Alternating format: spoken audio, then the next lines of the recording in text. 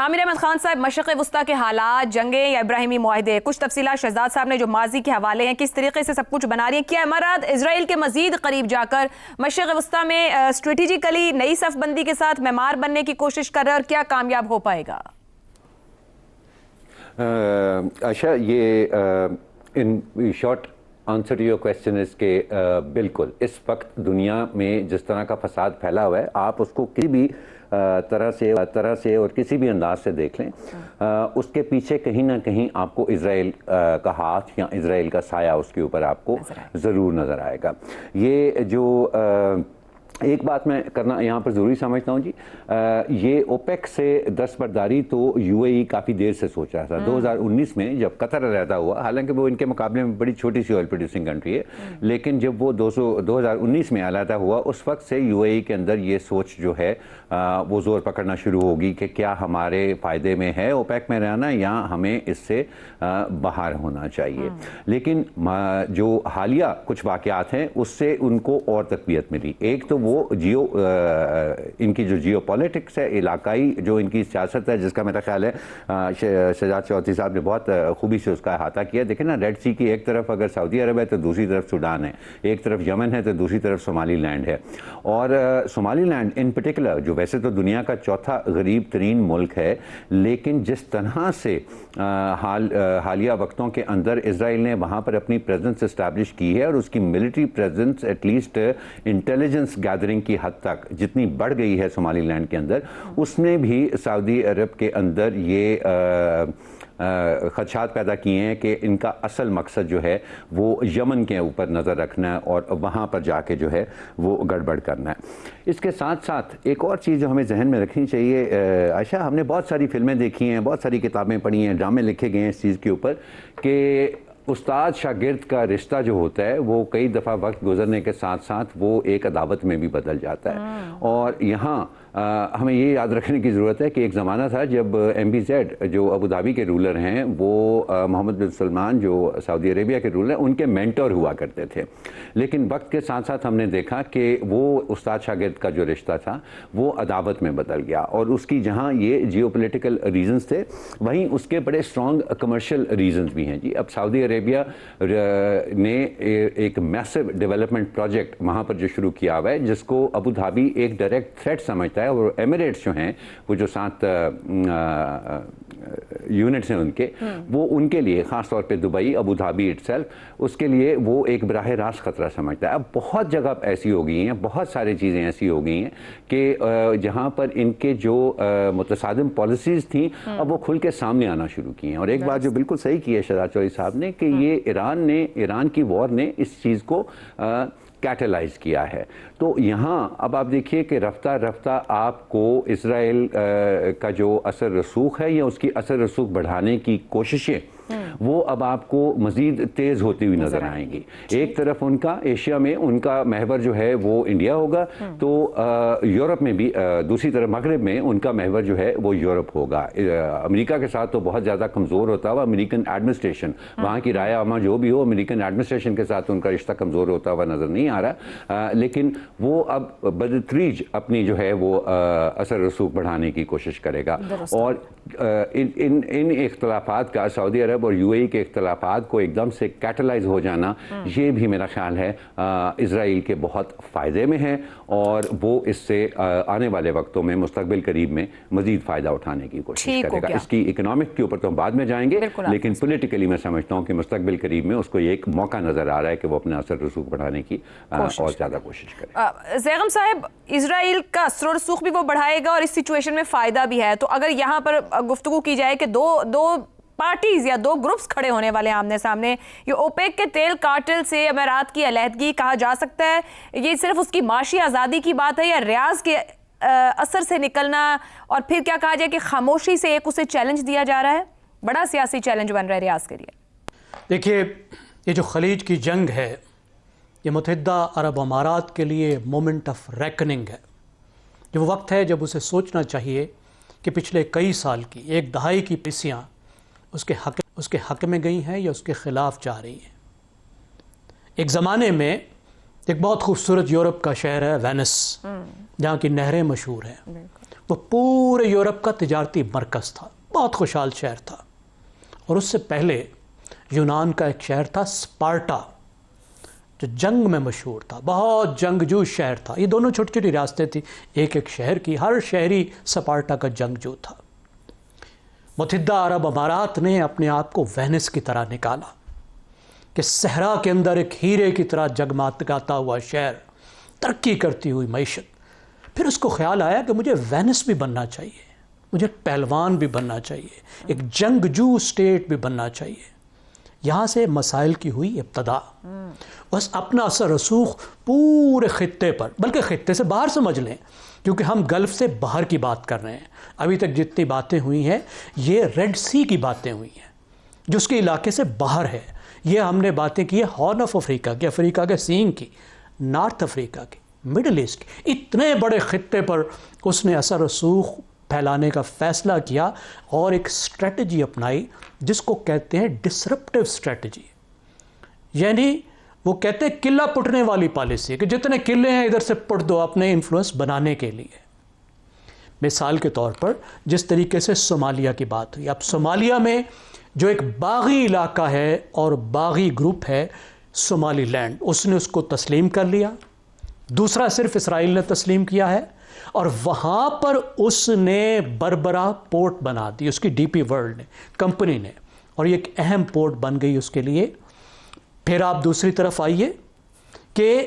Sudan میں جو وہاں کا باغی گروپ ہے RSF، ریپڈ سپورٹ فورس، جتنے بہت ظلم کیا ہوا ہے وہاں، حکومت کے خلاف کھڑا ہے، اس کی اس نے مدد کرنی شروع کر دی. یمن میں STC، سادرن ٹرانزیشن کونسل، اگین باغی گروپ ہے، حکومت کے خلاف کھڑا ہے، اس کی مدد کرنی شروع کر دی. اور یہاں پہ معاملہ آیا کہ بالآخر سعودی عرب نے وہاں بمباری کی. جب UAE کی طرف سے وہاں سعودی عرب کے مطابق اسلحہ جا رہا تھا اور UAE کے مطابق جنگی گاڑیاں جا رہی تھی، تو سعودی عرب نے وہاں پہ بمباری کی. جو شہزاد صاحب نے کہا کہ تقسیم اس دن واضح ہوگی جب پہلا آرمڈ کلیش ہوگا. میری رائے میں تو یہ آرمڈ کلیش ہو چکا ہے جب سعودی عرب نے وہاں پہ یمن میں STC پر بمباری کر دی تھی. یہی معاملہ آپ کو لیبیا میں نظر آتا ہے. یعنی آپ دیکھیں پورے خطے میں جہاں پہ سعودی عرب سب سے بڑا، سب سے اہم ملک ہے، جہاں پر ایجپٹ بھی واقع ہے، عرب ملکوں کا، عرب دنیا کا دوسرا بڑا ملک، بہت بڑا اور اہم ملک، جہاں سے دنیا سے اتنا بڑا تیل نکلتا ہے، وہاں پہ اس نے تمام نان سٹیٹ ایکٹرز کی، باغی علاقوں کی، باغی رہنماؤں کی مدد کرنی شروع کر دی. اب یہ بہت بڑا مسئلہ پیدا ہو گیا پورے خطے کی سلامتی کے لیے، اور سب سے زیادہ سعودی عرب کے لیے. اور سعودی عرب نے اس کے بعد ظاہر ہے مزاحمت شروع کی، سعودی عرب نے اس کو روکنے کی کوشش کی. اور اسی میں آپ دیکھیے کہ پھر جو قریب آئے ہیں ملک، سعودی عرب، ترکی، مصر، پاکستان، کیونکہ سب سمجھ رہے ہیں، سب دیکھ رہے ہیں کہ یہ کیا ہو رہا ہے مڈل ایسٹ میں. اس طریقے سے تو اس پورے خطے میں اسرائیل چھا جائے گا، کیونکہ جیسے بتایا گیا کہ یہاں تو اسرائیل، UAE اور انڈیا یہ تو اکٹھے ہو کر کھیل رہے ہیں. تو اس کے نتیجے میں ہی پاکستان نے اور سعودی عرب نے دفاعی معاہدہ کیا، جس سے الٹا UAE بہت زیادہ ناراض ہو گیا، اور جس کی ایک معاشی شکل، جو معاشی علیحدگی ہے، معاشی بغاوت ہے کہ میں نہیں مانتا تمہیں بڑا بھائی، میں اپنی دکان خود چلاؤں گا. تو اب آخری بات جو میں نے آپ سے پہلے، سب سے پہلے جہاں سے شروع کی تھی، کہ مومنٹ آف ریکننگ ہے. مومنٹ آف ریکننگ یہ ہے کہ یہ جنگ UAE کو دکھا رہی ہے کہ جو اتنی بڑی بڑی ایمبیشنز ہیں اس کے لیے کتنی خطرناک ہیں. وینس ہونا اس کے لیے کتنا اچھا تھا، سپارٹا بننا کتنا خطرناک ہے کہ تمام ملکوں سے اس نے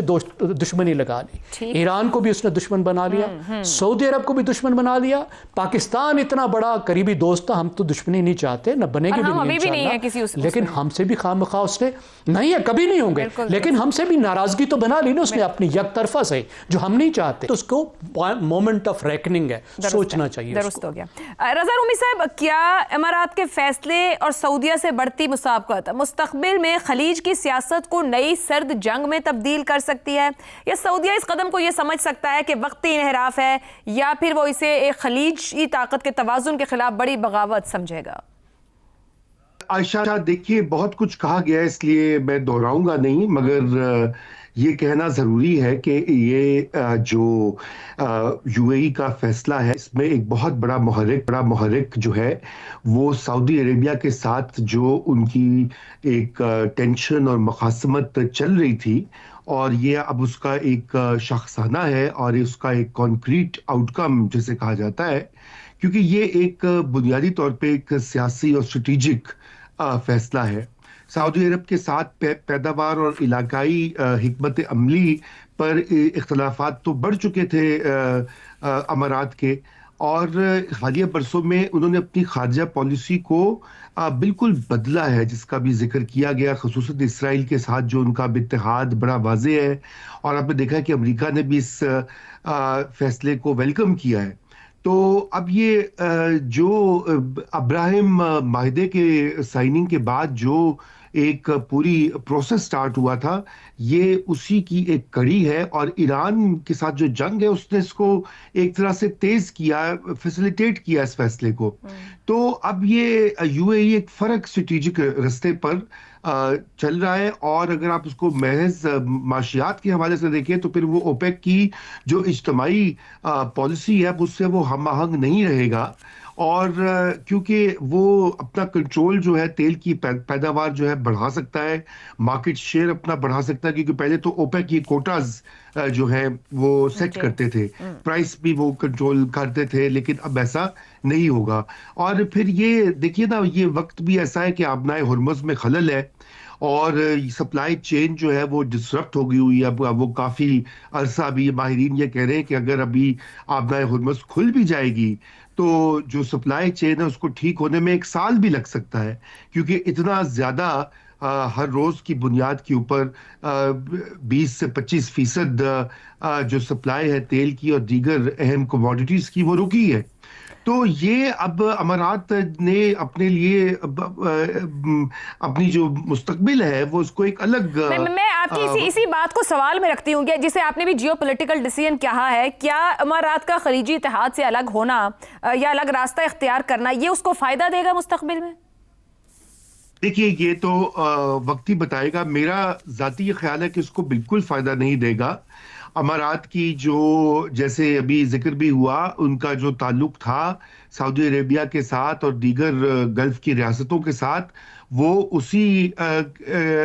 اتحاد اور اسی یگانگت کے ساتھ ہی تو وہ آگے بڑھے ہیں۔ اب یہ بھی نہیں آپ کہہ سکتے کہ وہ انہوں نے خود صرف ایک ان کی ساری جو ترقی ہے وہ صرف انہی کا کریڈٹ ہے۔ ایک ریجن بھی ہوتا ہے، ایک ماحول بھی ہوتا ہے۔ تو یہ ایک، اور دوسری یہ بات ہے کہ اسرائیل کے عزائم کیا ہے؟ کیا اسرائیل واقعی یو اے ای کی جو ہے انفلوئنس کو بڑھاوا دینا چاہتا ہے؟ میرا تو خیال ایسا نہیں ہے۔ اسرائیل تو محض اس کو ایک اعلی کار کی طرح استعمال کرے گا، کیونکہ اسرائیل کے ایکسپینشنسٹ عزائم ہیں، یعنی کہ گریٹر اسرائیل کا جو منصوبہ ہے، اسرائیل نے تو اس کو عملی جامہ پہنانا ہے۔ اگر کوئی گریٹر یو اے ای کا منصوبہ ہوتا تو چلیے یو اے ای کو کوئی فائدہ ہی ہو جاتا۔ یہاں پہ وہ صرف ایک ٹول بنے گا، تو بس وہ اس کے بعد سے اصل میں یہ بھی یاد رکھنے کی ضرورت ہے کہ یہ جتنی بھی ترقی انہوں نے کر لی ہے اور کھربوں ڈالر کے مالک بن گئے ہیں، در حقیقت یہ حکمران جو ہے یہ بالکل ان کی ٹرائبل سوچ اور انسٹنکٹس ابھی بھی ہیں، اور یہ پرانی ایک کلونیل ہسٹری بھی ہے اس کے ساتھ۔ جس طرح سے یہ پوری جو ہے بادشاہتیں یہ وجود میں آئیں، تو یہ بھی ایک اینگل اس کا ہے دیکھنے والا۔ درست ہو گیا۔